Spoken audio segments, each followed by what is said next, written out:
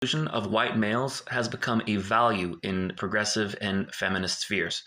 And by that, I mean it's celebrated to discourage or refuse white male admittance to medical school or law school, or to refuse to publish white male authors.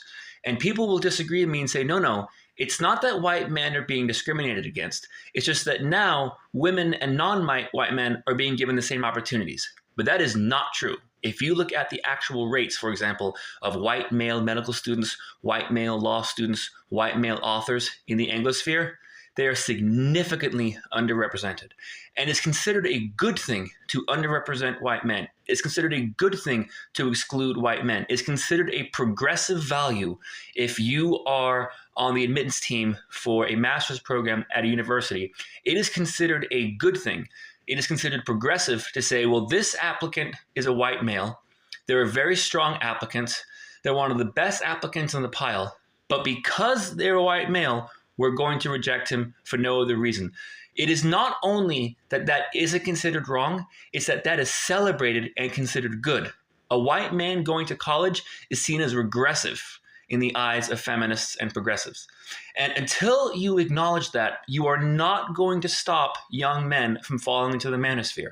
Because they're not falling into the manosphere, you're pushing them into the manosphere. And you're pushing them down into the manosphere. So where do you think these angry young white men are going to go when you systemically mistreat them simply for being born a certain way? Well, of course, they're going to go to the side that they perceive as fighting back. Now, as a men's rights activist, I simply believe, I believe in equality.